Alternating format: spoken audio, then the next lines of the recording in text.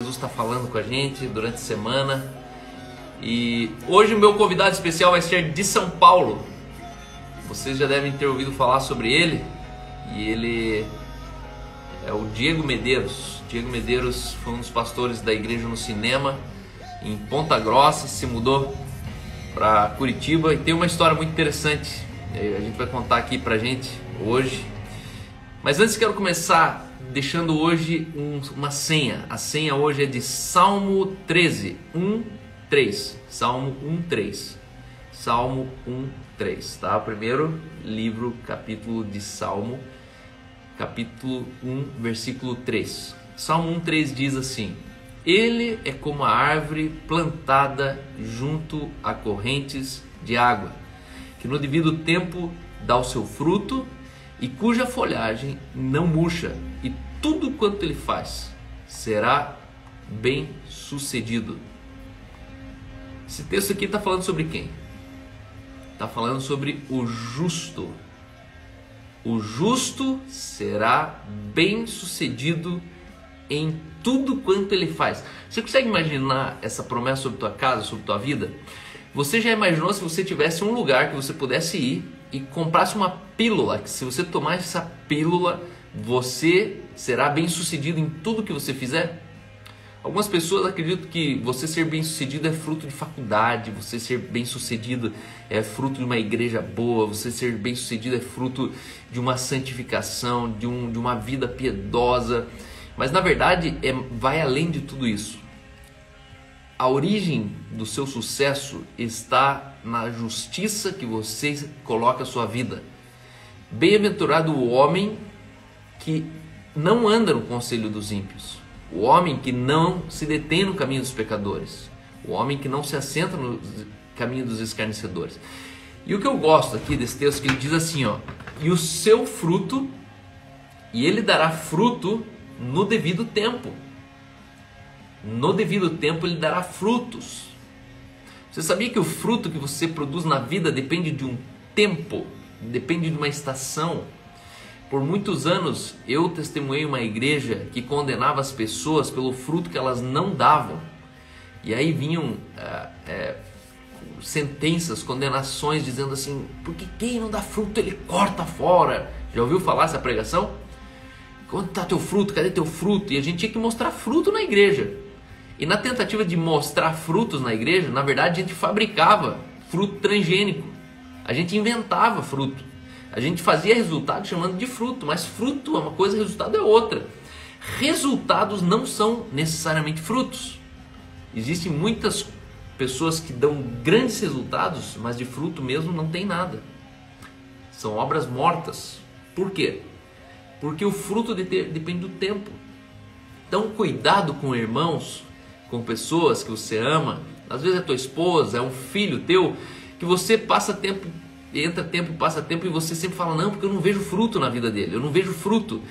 Não pense que o fruto, a ausência de fruto é a ausência de vida. O fruto depende de uma estação, depende do tempo. Por isso, entre não ter fruto e ter frutificado no devido tempo, tem uma diferença enorme, gigantesca. Então hoje eu quero que você, primeiro, diminua o senso de condenação que você tem com as pessoas que você não vê fruto. Segundo, entenda que você não necessariamente vai estar perto de quem frutifica no devido tempo. Na devida estação, quem sabe é naquela estação que você desengajou dessa pessoa que ela mais vai frutificar na vida. Só sabe quem deu fruto quem está perto dessa árvore. E quem está perto da árvore com fruto se alimenta dele. Mas existem estações que a gente, bem na devida estação, a gente engajou com outras pessoas, a gente mudou de país, a gente mudou de igreja, mudou de cidade, e aí a gente guarda na cabeça que aquela pessoa não frutifica, aquela pessoa não tem fruto. Mas será que ela não tem fruto, ou será que você estava na estação equivocada perto dela, esperando dela um fruto que ela não podia dar? Então, eu quero te dar essa orientação hoje. No seu devido tempo, você vai dar fruto e tudo quanto você faz será bem sucedido. Existe essa promessa sobre tua casa. Não pega os teus traumas. Talvez você já faliu uma empresa, talvez você já faliu um casamento, talvez você já faliu uma igreja. Mas ei, não pegue essa experiência e pavimente seu futuro baseado nela. O seu sucesso é fruto da justiça que você estabelece na sua vida. Seja justo, permaneça nesse lugar de justiça, porque você vai ser feliz. Bem-aventurado. Bem-aventurado é aquele que não anda no conselho dos ímpios. Bem-aventurado é aquele que encontrou justiça e retidão. Tudo o que ele faz é bem-sucedido.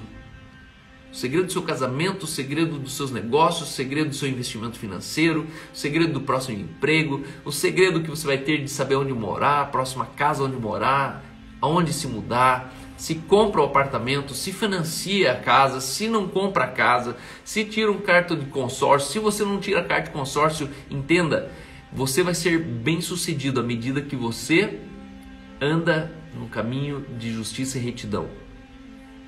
No devido tempo você vai dar fruto. Por isso existem algumas pessoas assim que você nunca dava nada para eles, mas no devido tempo eles começam a dar frutos e você fala, nossa, da onde que essa pessoa surgiu? Como que ele conseguiu tudo isso? Na verdade não foi ele que conseguiu, foi o tempo que chegou. Existe um tempo, existe uma estação para a tua vida. Existe uma estação preparada para a tua vida, é uma questão de tempo. Por isso não se apresse, por isso não se esforce naquilo que na verdade você não precisa fabricar, você apenas precisa estar pronto para produzir. Esteja certo de onde você está estabelecido. Ele é como a árvore plantada junto à corrente de água. Aonde você está hoje é mais importante do que o que você está fazendo.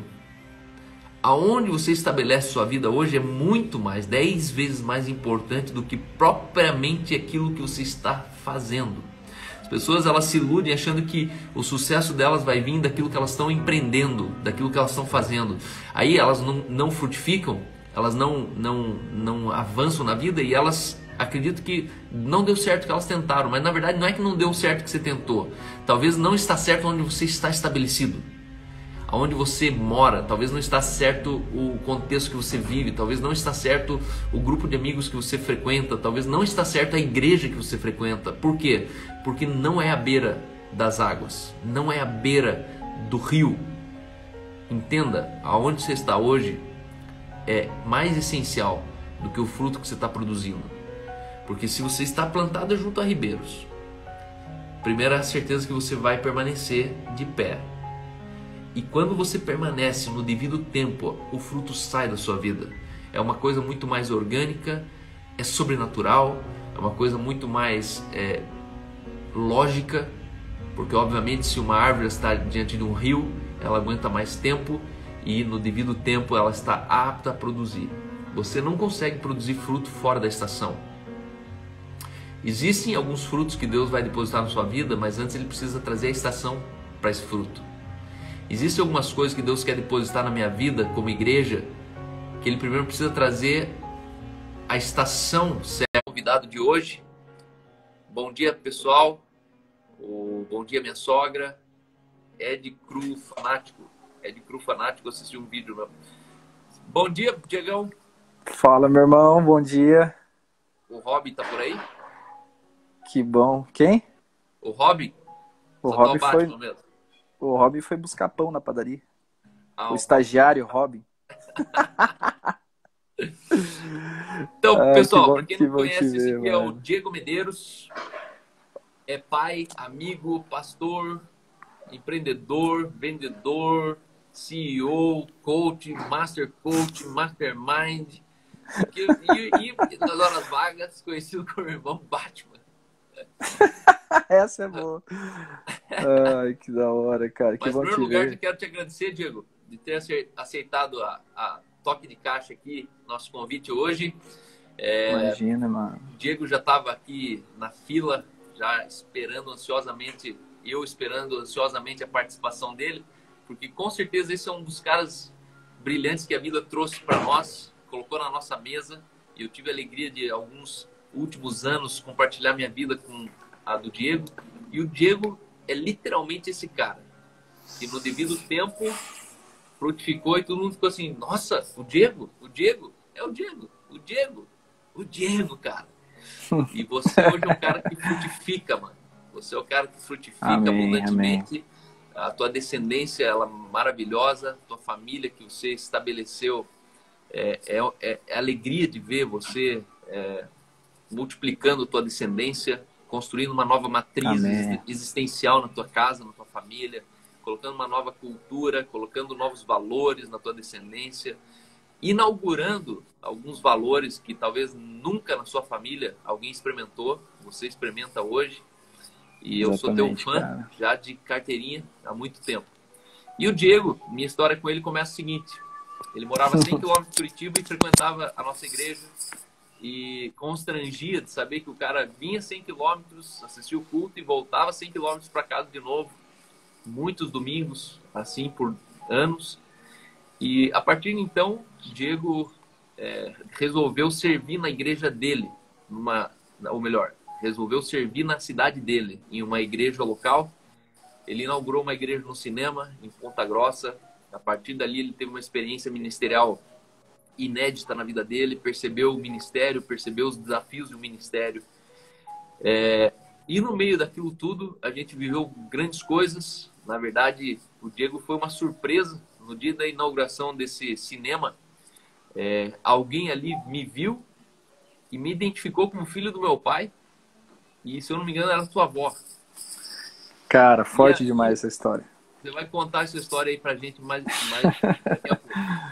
E a partir de então, o Diego se tornou alguém de casa. Hoje ele é um presbítero do meu presbitério. Ele é um obreiro fiel. Hoje está em São Paulo por uma questão de trabalho. Se mudou para lá. Acabou entendendo que tinha que ficar por lá. E ainda está por lá. E vai contar um pouco pra gente de sonhos e visões, planos que ele tem em mente, aquilo que Deus tem colocado, deitado no teu coração para tua próxima fase de vida. E hoje a pergunta é: como Jesus entrou na história? Na sua casa, na sua família, de onde nasceu a paixão pelo ministério e os marcos que te transformaram nesse cara implacável. Você é um cara implacável, um cara que quanto mais a vida é dura, mais você senta a porrada na vida e vai para cima. Eu já te vi no alto, já vi no baixo, e eu sei que o teu coração ele continua sempre voltado para frutificar.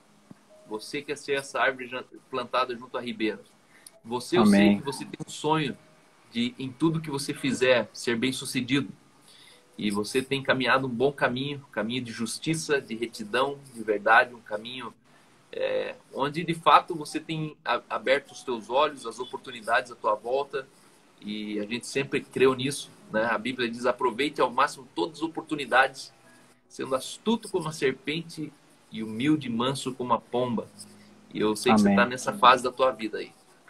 E também o Diego hoje trabalha comigo diretamente no mercado de locações de criptoativos, de investimentos. Então, se você tem qualquer dúvida, você pode conversar com o Diego também sobre investimento inteligente, inteligência financeira. Então é com você, meu irmão. Perfeito, meu irmão. Muito obrigado. Obrigado, cara. Obrigado pela resenha. Saber tudo isso, reafirmando tudo isso, para mim realmente é um valor precioso. As nossas vidas não foram mais as mesmas quando nós cruzamos, e foi muito de Deus nós nos encontrarmos. Então eu sou eternamente grato. Minha vida hoje, com certeza, ela tem um patamar diferente por me inspirar muito em quem você é, em quem sua família é. Isso tem fortalecido muito a nossa fé, a nossa visão e principalmente o que nós queremos entregar para essa sociedade. Na realidade, o que nós queremos frutificar sobre o povo que existe na Terra, né? Uma visão de liberdade, uma visão de que mostre o potencial que há dentro do homem.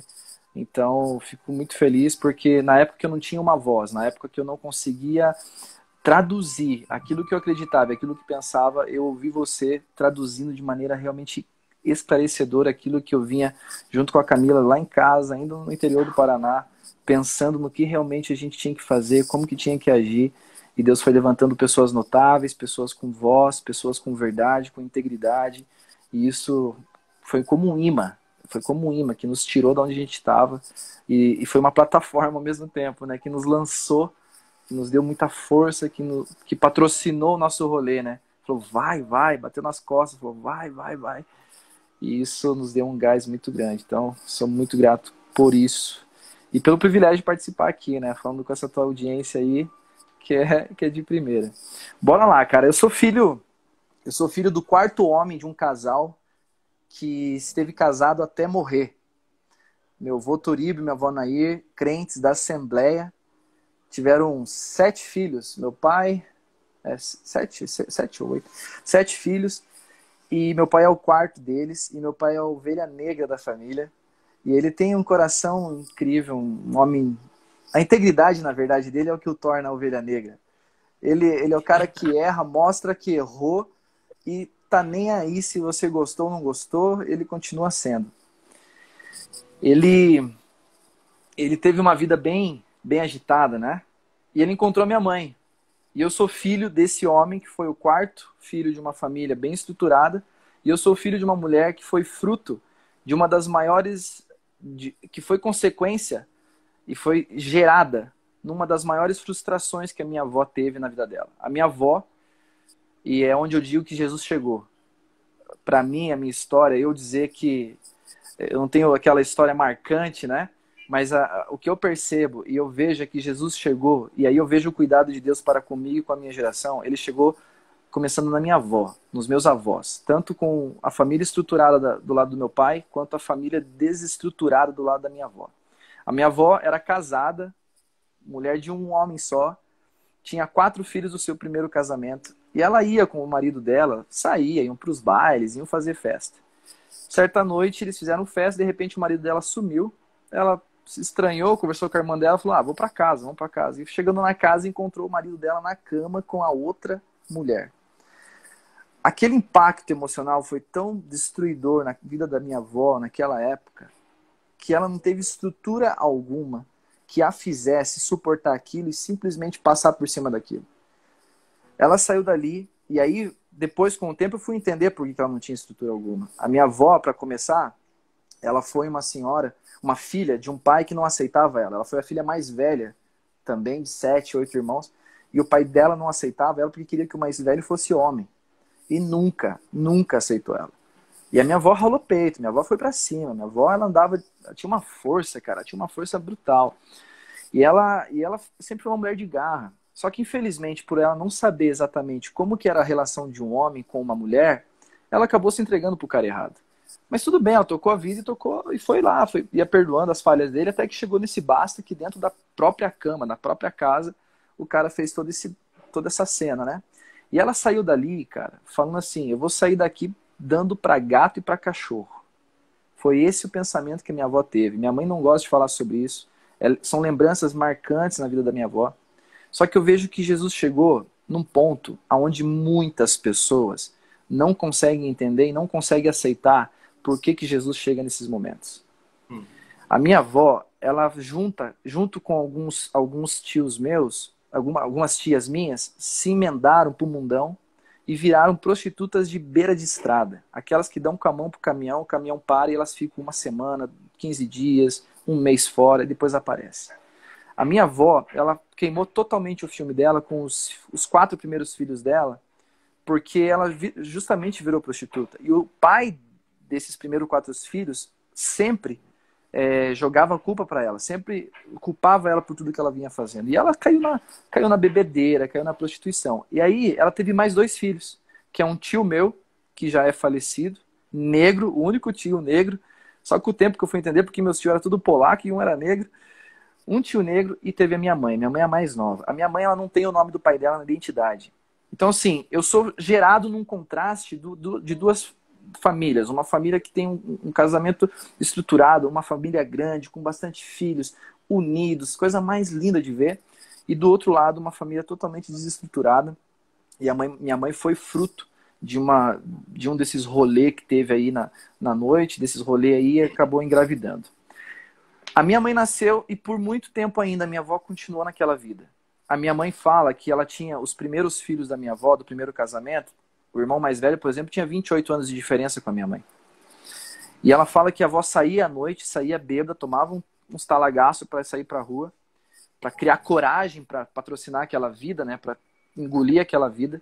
E ela deixava a minha avó, a minha mãe com meus tios. E meus tios não tinham paciência, evidentemente. Meus tios, alguns tinham recém-casado, desciam o sarrafo na mãe, deixava ela trancada lá no canto.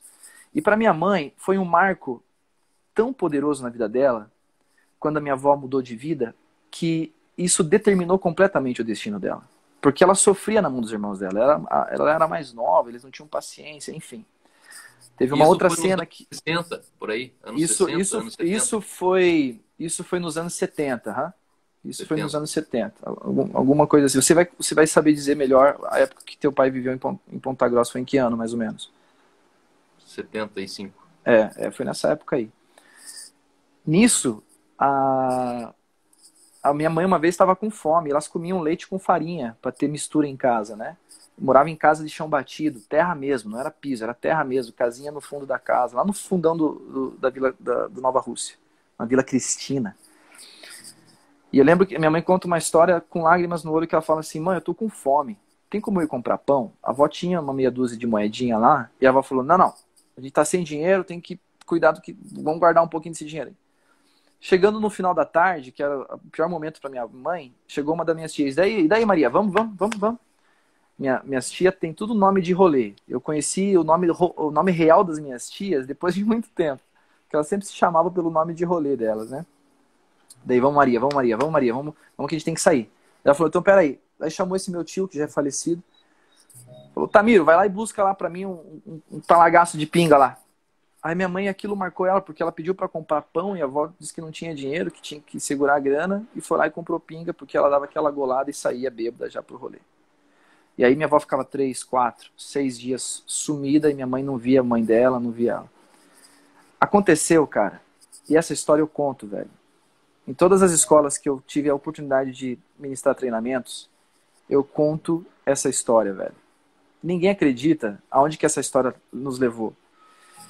Mas eu conto, para que as pessoas possam abrir o coração, eu conto que um professor teve a paciência de receber a minha avó bêbada na escola dominical. Eu conto que um professor teve paciência e foi uma das coisas mais marcantes na vida dela que me atinge diretamente. A minha avó foi uma mulher que ela viveu de uma maneira sofrida. Ela passou a viver de maneira realmente gloriosa a partir do momento que ela encontrou Jesus. Mas ela só encontrou Jesus, Cal. E eu falo isso... Não é porque eu tô contigo aqui, eu falo isso porque a verdade tem que ser dita. Ela só encontrou Jesus porque o teu pai foi o único homem, desde que ela viu o marido dela comendo outro em cima da cama, o único homem que mostrou para ela como que dá para ser homem. Foi o único homem, depois daquele sofrimento violento que ela sofreu, que teve a coragem de colocar ela dentro da mesa para comer junto com a esposa dele e com os seus filhos e dizer que aquilo ali é família. A minha avó ia bêbada para os cultos. A minha avó chegava gritando nos cultos. E teu pai pedia para ela, Dona Maria, seja bem-vinda, senta aqui na frente. A avó ficava um pouquinho, deixava tudo fedendo, levantava e ia embora. O que vale lembrar dessa história é que eu te conheci 40 anos depois. Meu pai nem casado era nessa época. Solteiro. Pastor, missionário na favela de Fonte. Teu pai era solteiro nessa época? Solteiro. Uau. Mais forte ainda. Cara, teu pai foi o primeiro homem que ela viu que nem todos os homens abusariam de uma mulher frágil. Foi o primeiro homem que aceitou que ela entrasse fedida na igreja, que ela sentasse na frente para poder ouvir ele. Ele respeitava se ela saía no meio do culto. E isso marcou a vida da minha mãe de uma maneira tão grande, que minha mãe era uma criança. Minha mãe nasceu em 66. Minha mãe tinha seus poucos anos de idade. Mas ela lembra como se fosse ontem. Onde ela falou assim, que a avó chegou e as pessoas falavam para ela, Maria, você não tem que ir bêbada para a igreja. Vê que vergonha, que vexame que você faz. E a avó prometeu por 2 vezes que não iria bêbada. Na primeira ela não conseguiu e na segunda falou, tá bom, eu não vou mais passar esse vexame. Eu vou para a igreja sã. A hora que ela foi sã para a igreja, ela nunca mais voltou para a rua. Ela nunca mais botou gole na boca. Ela chegou para minha mãe e falou assim, filha, o jeitinho que ela falava, a mamãe não vai mais pra rua, a mamãe não vai mais deixar você sozinha. A minha mãe tem essa frase como algo tão marcante Que minha mãe falou, sério? Eu vou ter você aqui nos finais de semana? Eu vou ter você aqui? Sim, filha, nós vamos para a igreja e nós vamos participar da escola dominical, e eu vou trabalhar, eu vou batalhar. E a minha avó nunca mais voltou pro dinheiro fácil que tinha na prostituição. A minha avó, quando eu me conheci por gente, ela carregava aquelas gaiotinhas cheias de reciclagem dentro, com coisas pesadas. E ela cruzava Ponta Grossa e vendia aquela sucatinha. Sustentou todos os meus tios vagabundos que moraram na Vila Cristina. Sustentou sobrinhos meus. Ela tinha uma força, uma mulher de uma força implacável. Mas de uma fé que fazia ela sair da Santa Paula. Quem é de Ponta Grossa faz ideia de onde que é. Mas ela andava mais ou menos de 8 a 10 quilômetros para ir na igreja de manhã e voltar para casa. Ela dedicava esse tempo. Ela não tinha dinheiro para pagar a ida de ônibus. Ela ia a pé, mas ela estava lá na igreja. E foi nesse contexto que eu vi.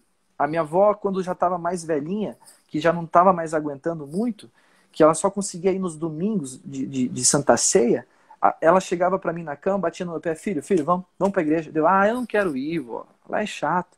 Ela me convencia, me colocava e eu ia com ela. E dia após dia eu via ela participando do coral da igreja, via ela participando, ela exercitando a sua fé. Foi aí que eu tive a oportunidade de me olhar dentro de uma igreja. Foi aí que eu tive a oportunidade. Então, tecnicamente, eu praticamente cresci dentro de um lar cristão. Aí meu pai veio de um contexto de uma família já cristã, conheceu minha mãe na igreja, os dois se casaram, tiveram a história deles, mas o meu pai teve outras histórias antes, muito parecidas com o ex-marido da minha avó, e por conta disso a minha mãe acabou também tendo uma separação marcada na nossa vida. Esses episódios, começando pela separação dos meus pais, foram o que exatamente me marcaram para que eu pudesse construir uma família realmente totalmente diferente da qual eu vinha conhecendo à minha volta. Eu percebia que dependia única e exclusivamente de mim se eu queria realmente fazer com que minha família fosse para cima, fosse para frente. Eu percebia as dores que minha mãe sentiu com a perca, minha mãe casando virgem, ela perdoou meu pai por 6, 7 anos seguidos de traições, até que ela não aguentou mais. E cara, isso é tão marcante que até hoje nós vemos marcas de uma família desestruturada. Isso é um absurdo, cara. É um absurdo. Uma família que ela é desestruturada, uma família que ela sai do seu eixo, do seu trilho, do seu equilíbrio, que ela perde quem realmente ela está totalmente fragilizada e completamente distante do seu potencial máximo de influência dentro de uma sociedade. E quando, dentro do lado da família do meu pai, tios pastores nos Estados Unidos, assembleianos, tios de dentro da igreja, rato de igreja, eu via por um lado a seriedade de se levar a um compromisso com Deus de forma realmente intensa, e por outro lado eu via a forma de você não levar uma vida intensa com Deus, de oração, de busca, de entrega, e naturalmente eu escolhi o caminho na qual me trouxesse mais vida. Eu não tive exemplo dentro de casa, por conta do meu pai não estar presente dentro de casa, de uma paternidade na qual me mostrasse o que é realmente a busca por Deus. E eu acabei encontrando isso vivenciando dentro da igreja, onde eu me afundei de cabeça dentro da igreja. Mas teve um período na qual eu estive fora, dos meus 6 anos de idade, logo que minha mãe se separou, até os meus 12, 13 anos de idade, nós ficamos sem ir para a igreja. Quando a minha mãe ela acabou casando pela segunda vez e que ela ficou grávida, ela queria criar a minha irmã dentro da igreja, né? Queria educar ela nesse caminho. E naturalmente ela começou a ir para a igreja, e foi quando eu tive realmente um encontro com Deus, e foi quando eu decidi tocar minha vida em Deus, né? Eu digo que Jesus chegou um pouco antes, porque muitas pessoas acabam se comparando com outras pessoas por não terem uma geração de homens que foram provavelmente pioneiros no evangelho. Tem pessoas que só acreditam que elas seriam realmente relevantes no meio onde elas estão envolvidas se elas viessem de uma família onde essa família já fosse realmente relevante. E eu existo para revelar que isso não tem nada a ver com a sua, da família onde você veio. Por quê?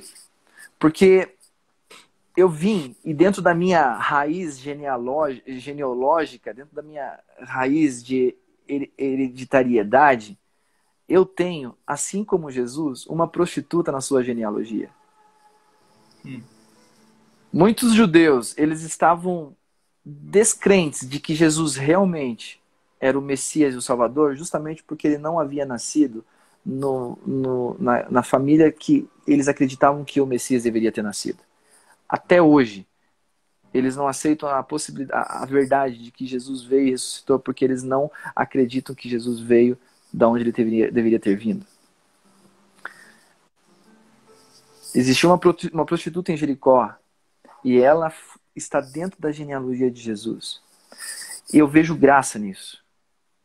Aonde a religiosidade quer pregar a perfeição dos homens, aonde a religiosidade quer pregar que os homens só serão alcançados pelo divino, pelo sobrenatural, pelo eterno, se eles pagarem o preço de buscar isso, aonde há essa abundância de critérios, há a superabundância da graça. Jesus não fez questão de não vir numa genealogia na qual não tivesse a exemplificação máxima do que é graça. Quando eu olhei para essas vidas, quando eu olhei para... Porque minha mãe passou, o que a gente passava em casa, vendo meu pai quebrando tudo, tocando terror, o que minha avó passou, e o da minha avó eu fui descobrindo depois de adulto. Quando eu comecei a olhar tudo isso, eu via sentido de que eu não estava apenas vivendo a minha vida em si. O final de tudo não significava somente a minha vida, mas sim tudo que Jesus tem feito, que Deus tem feito na minha vida, muito tempo antes de eu vir nascer. 20 anos, 15 anos de eu vir a existir. E quando você entende exatamente o princípio que há por trás do que Deus preparou muito tempo antes de você vir, você percebe que não trata somente de você. Tudo que você está fazendo, tudo que nós revelamos na Terra, se trata daquilo que nós representamos para aquilo que Deus quer revelar sobre a Terra. Hoje, graças a Deus, eu tenho uma vida plena, feliz. Eu posso dormir com a minha esposa todos os dias. Eu dou banho nos meus filhos, no meu filho. Estou esperando mais um filho.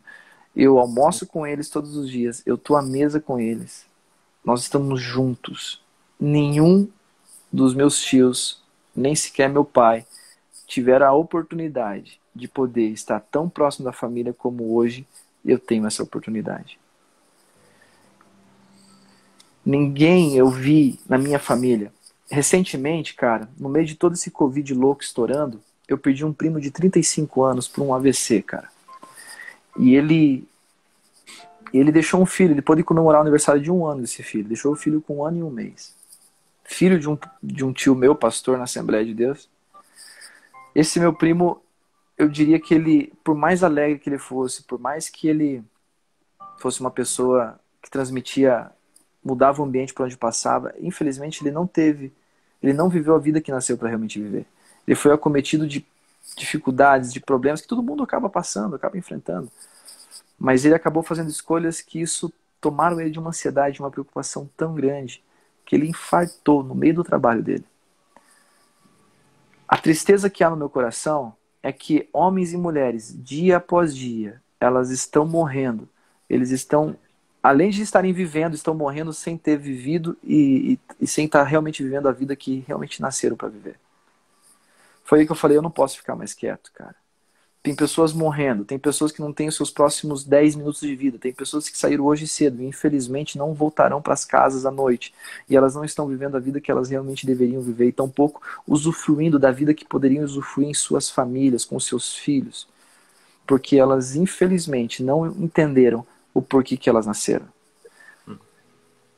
Se a sua concepção, quem está ouvindo aí, se a sua concepção ela não foi programada, não foi de certa forma esperada, assim como da minha mãe não foi, o teu nascimento foi. Então se você nasceu é porque você com certeza tem uma finalidade nessa terra. E é por isso que eu pego tudo isso como uma bagagem de vida, para que eu possa escolher entre a vida e frutificar a vida, e principalmente o máximo de pessoas que eu puder tocar, contar para elas que elas podem ter uma vida completamente diferente da vida com que elas estão vivendo. Então eu digo assim, Jesus ele chegou na minha vida muito tempo antes de eu realmente precisar ou entender que eu precisava desse Jesus. partir do momento que eu criei uma compreensão, uma metacognição a respeito daquilo que realmente significava ter esse Cristo, a minha vida nunca mais foi a mesma. Meu Deus do céu. Doido, cara. É isso que eu me refiro quando eu falo que nós temos a matéria-prima suficiente para consertar a humanidade, irmão. Amém. Não é uma cesta básica, não é uma bolsa Meu na faculdade, Meu não é Deus. ajudar no próprio negócio, mas é lá onde o bisturi não toca, onde o remédio não medica, no Meu centro Deus. da vida, né? Jesus falou sobre tudo que se deve guardar, guarda o coração. Só existe uma instituição na Terra que consegue entender essa engenharia do coração, que é a igreja. Não existe outra instituição no mundo, não existe nem coach, nem nada que consegue acessar o coração do ser humano. É o centro da vida, é onde está a eternidade do homem, é onde está as fontes de vida, os rios de vida. E como é que tem sido os teus dias em São Paulo? Como é que foi essa mudança do interior do Paraná? Boa. Você ir para São Paulo e no meio de tudo isso aí você com desafios financeiros, pressões, pandemia, porque eu... Bom. Entrando nessa... Já respondo essa tua pergunta, que eu estava esquecendo de um dos pontos fundamentais também para eu ganhar gás na minha história. E já entro na sua pergunta. Eu estava na tua casa depois de um tempo, né? A gente foi se conhecer em 2016. Eu te conheci no núcleo de músicos quando acontecia em Curitiba. Eu fui com o Cris do FDH. Oh, sério? No núcleo de músicos.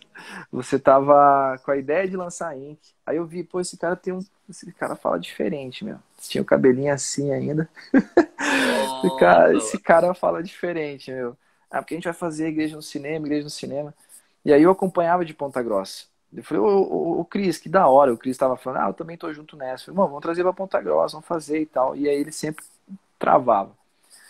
E aí eu tava acompanhando, mas até então era uma igreja dentro do cinema.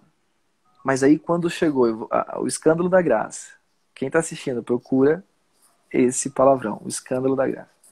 Eu falei pra Camila, tá aqui, Camila. Camila engoliu seco. Você tá louco? O que esse cara tá falando? Falei, é isso aqui, Camila. Vamos refletir a respeito disso. É isso aqui. E a gente tem que ir. Aí eu fiquei com o olho grudado. Aí eu falei, não, esses caras agora estão pegando um negócio diferente. Foi quando a Ink se tornou Ink. E foi aí que daí a gente fez questão de vir pra cá. Então eu acredito que isso foi o quê? Em 2016, 2015. 2015, provavelmente. E aí a gente fazia esse tour, Ponta Grossa, Curitiba, todo domingo. Ponta Grossa, Curitiba, todo domingo, porque a gente queria muito isso. Eu não conseguia traduzir, porque quando eu tive as minhas frustrações dentro da igreja, os caras passavam o microfone na minha mão dizendo, não vai falar heresia. Os caras não faziam ideia da minha busca, do meu jejum, da minha entrega, da santidade. Namoro sem beijo, 2 anos e meio sem beijar minha esposa na boca, toda aquela história da corte, toda aquela resenha, resistindo à minha carne, resistindo ao meu eu. E aí os caras vêm me dizer que eu vou falar heresia no altar, eu não pego no meu violão se não for para orar, sem orar, sem Deus mandar. E aquele chupa-bala house doido que a gente vivia. Meu Deus do céu. Muito louco. E aí os caras vinham não fazia sentido pra mim, porque quando eu fazia mais merda, era quando Jesus mais queria me ouvir. Quando eu me sentia mais fraco, era quando Jesus falava, e aí, o que nós temos pra hoje? Quando eu me sentia mais um merda, Jesus me levava até Davi. Olha, Davi também se sentiu assim.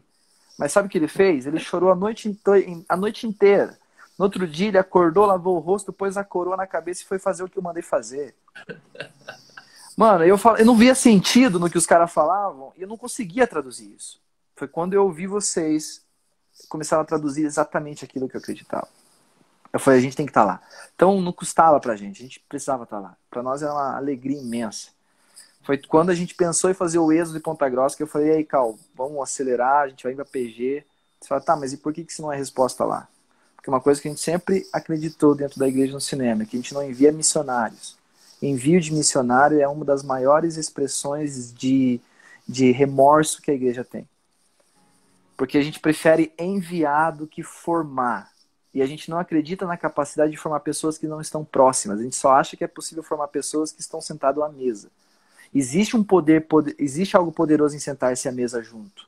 Mas se Deus fosse insuficiente a ponto de só crescer aqueles que estão próximos, jamais o propósito da terra, dos homens sobre a terra seria espalhar e multiplicar-se e crescer-se, porque Deus é um Deus que trabalha na sua cultura, Deus é um Deus que respeita e de forma cordial, ele trabalha através da sua cultura, através do seu entendimento, e ele faz. Nada impedirá o avanço do reino de Deus sobre a terra. Acontece que quando os homens detêm o movimento, eles acham que é somente eles capazes de promover isso.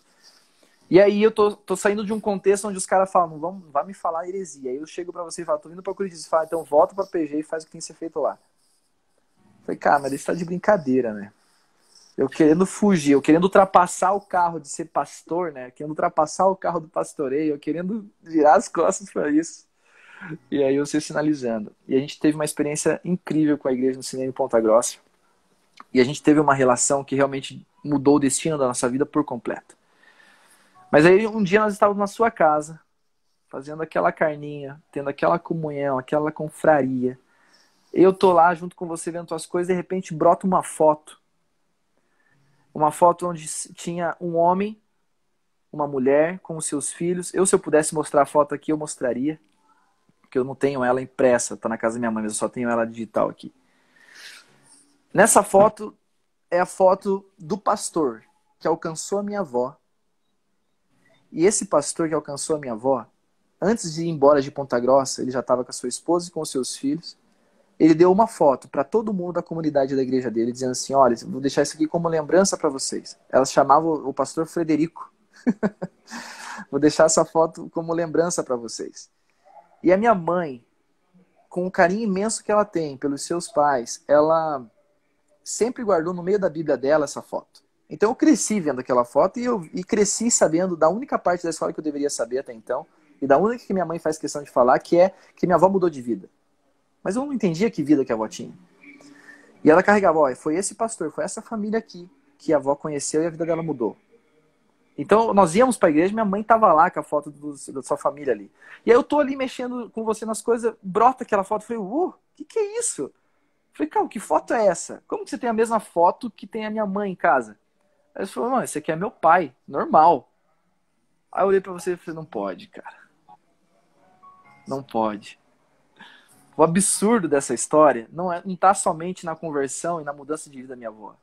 O absurdo nessa história é que as nossas vidas estão ligadas muito tempo antes de nós existirmos, mano. O absurdo dessa história é que Deus faz com que eu e você sentemos à mesa para brindarmos e celebrarmos a vida que Ele multiplicou na cruz. Vida da qual eu experimentei nos meus ossos, no meu DNA. Vida da qual eu experimentei na minha carne. Vida da qual, quando eu me tornei gente, quando eu passei a existir, percebi que essa vida frutifica. Vida da qual que faz com que eu perca toda a minha reputação em prol dessa verdade. Vida da qual eu dedico quem eu sou, a formação do meu filho, a formação dos filhos que ainda virão, aquilo que eu ainda vou alcançar. E Deus ainda brinca com a gente de colocar nós à mesa e dizer, cara, vocês não estão ligados, vocês não sabem de nada. A história começa muito tempo antes. O rolê já está vindo de muito tempo. Vocês são mais uma engrenagem. E aqui que está o pulo do gato. Quanto antes nós entendermos que nós somos quem prepara para tudo que está acontecendo, que nós somos quem amplifica, que nós somos quem dá prosperidade e quem dá avanço ao reino, muito mais rápido você vai perceber que não depende somente de você e não se trata somente de você, se trata da sua vida. Nesse inteirinho, agora respondendo a tua pergunta, eu recebi uma palavra, nós estávamos fazendo Hot Share em Ponta Grossa, implementando o Hot Share, e eu recebi uma palavra que Deus me tiraria de um lugar onde os homens não me valorizavam. Naquela época eu era frustrado do meu trabalho, trabalhava, não tinha resultado nenhum, estava endividado. Estava saindo de todo aquele contexto religioso para te colocar num lugar onde você vai tocar multidões. E naquela época eu queria ser vereador em Ponta Grossa. Aí eu falei pra Camila, olha aí, ó. De Deus, é pra ser vereador, então a gente vai tocar multidões. Não deu 3 meses, cara. Não deu 3 meses. As coisas aconteceram de um jeito que nós saímos de Ponta Grossa, fomos a trabalho até Curitiba. E Curitiba eu falei pra Camila, Camila é uma ponte. Curitiba é somente uma ponte. E foi uma das fases mais difíceis minha e da Camila, porque nós estávamos quebrados, o Tito estava vindo, ela estava grávida do Tito, e nós estávamos vivendo assim, nós estávamos sentindo que era pobreza de verdade. Eu saí de um emprego onde eu ganhava muito bem, eu costumo dizer que eu estava andando com um carro numa velocidade muito alta, numa estrada de chão, e quando caiu a real na vida, quando eu vi que eu não queria que meu filho vivesse aquele contexto, é como se eu tivesse puxado o freio de mão naquele carro, aquela pedra, aquela poeira viesse tudo por cima e a gente viveu dias assim angustiantes. Dias angustiantes. Nós estávamos com 7 meses de gestação, nós não tínhamos nem o quarto do nosso filho ainda. Eu saí de Ponta Grossa devendo 70 mil reais. Fui na tua casa chorando, dizendo que não sabia o que fazer, o que eu tinha que fazer na vida, que estava perdido, que estava inconformado. A minha vida, em menos de 3 anos, a dívida que eu saí tendo de Ponta Grossa foi o valor que eu saí tendo como recurso da empresa na qual eu atuei. Em 3 anos, a minha vida passou por uma transformação tão grande, mas tão gigantesca de caráter, de finanças. Eu descobri coragens que eu e minha esposa tínhamos que nós não fazíamos ideia que nós tínhamos. Nós experimentamos o período que eu costumo dizer que é um período que todo homem deveria experimentar, mas que seja breve e rápido, que é a pobreza. A pobreza, ela serve para você ter uma educação, não para você viver ela para sempre. Ela serve para você perceber o quanto você pode ser muito mais simples e muito mais humilde nessa vida. E o quanto ela não define quem você é, porque você não é o seu resultado. Tampouco você é o teu comportamento. Acontece que o resultado é um comportamento. Então, quando eu me deparei com a pobreza, eu percebi que todos os meus comportamentos até ali estavam me levando para autodestruição. E aquela falsa prosperidade, aquela falsa riqueza, aquela falsa alegria que eu achava que eu tinha nas coisas que eu havia conquistado, na verdade, me faltou no momento que eu estava mais perdido. Sem norte, sem esperança. Eu vim para São Paulo, Cal, com um Escortezinho 1986. Que era do meu pai, que eu comprei dele porque eu confiava nele. Aquele Escort andou comigo por 1 ano em São Paulo. Eu visitei quase 500 escolas com aquele Escort. Eu deixava uma quadra para frente da escola, porque se os diretores vissem eu chegando com o Escortinho, eles não iam botar fé no meu discurso, no meu pitch de venda. Então, você está dizendo que é o melhor programa bilíngue do Brasil e você vem de Escortinho aqui? Teve diretor que não teve como esconder. Tava chovendo, o diretor, não, eu te levo até teu carro. Eu falei, não, fica em paz. Isso é uma chuvinha de boa. Não, tá chovendo bastante. Não, fica, segura a onda. Não, você tá com pasta, você tá com material, então me leva. Aí o diretor ia de guarda-chuvinha, me levava no escortão. Nossa, que carro bonito, relíquia. Eu falei, então, eu sou colecionador de carros. Cara, a pobreza, ela te ensina, mas ela não é pra você viver pra sempre nela. Nós experimentamos isso. Cara, ver minha esposa... Eu comemorei meu aniversário em 2017 de casamento com a minha esposa comendo 2 cachorro-quentes que nós compramos atrás da aba. Sabe aquele cachorro-quente da tia bacana ali subindo a rua? Nós compramos 2 daquele cachorro-quente e celebramos o nosso aniversário de casamento. Aquilo, cara, forjou a minha esposa de uma maneira. Fez eu entender quem ela era. Fez eu conhecer uma coisa que nenhuma outra mulher passaria do meu lado, que é comer 1 quilo de sal, que é comer e experimentar do fel da pobreza.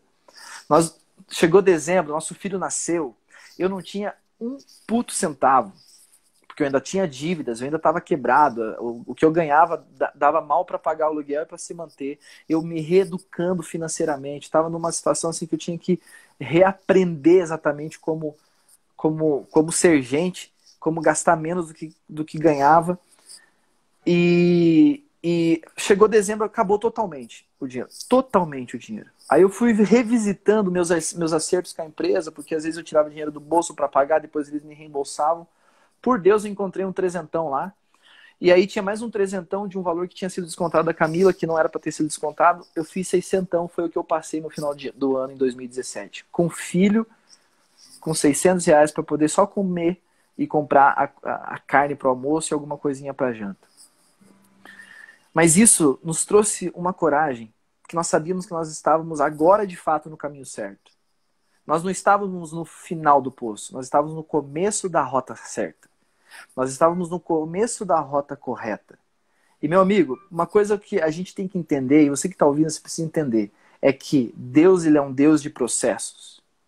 Essa árvore que vai frutificar muitos frutos, essa árvore ela tem que ser semeada, a semente tem que morrer, ela tem que crescer, tem que vir a água, e ela vai crescer. E quando chegar o momento do seu fruto, a melhor parte que há numa árvore é o fruto. Esse fruto não vai terminar na árvore, esse fruto vai terminar para o outro, para que outra pessoa se deleite.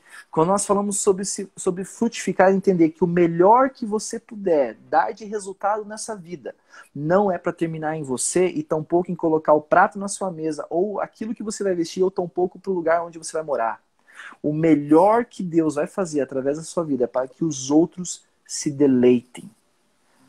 Quando eu entendi isso, Cal, eu percebi que aquilo que eu falo, aquilo que eu prego, pode nem sempre ser entregue somente para essa geração. Eu desencanei que as pessoas dessa geração vão acabar nos ouvindo. Eu falo para as próximas gerações. Eu falo para as pessoas que vão estar sentando à mesa com meu filho cheio de dúvidas, cheio de crises existenciais, cheias de crise de identidade. Eu estou gravando vídeos no YouTube, eu estou deixando o IGTV gravado, eu estou postando seja lá o que for para que pessoas daqui 20, 30 anos possam ver o que nós estamos falando hoje. E perceber que os nossos nomes estarão escritos na história, porque nós estamos fazendo no dia de hoje, mesmo se as pessoas não nos ouvirem, estamos fazendo nos dias de hoje coisas notáveis, que serão marcadas para as próximas gerações.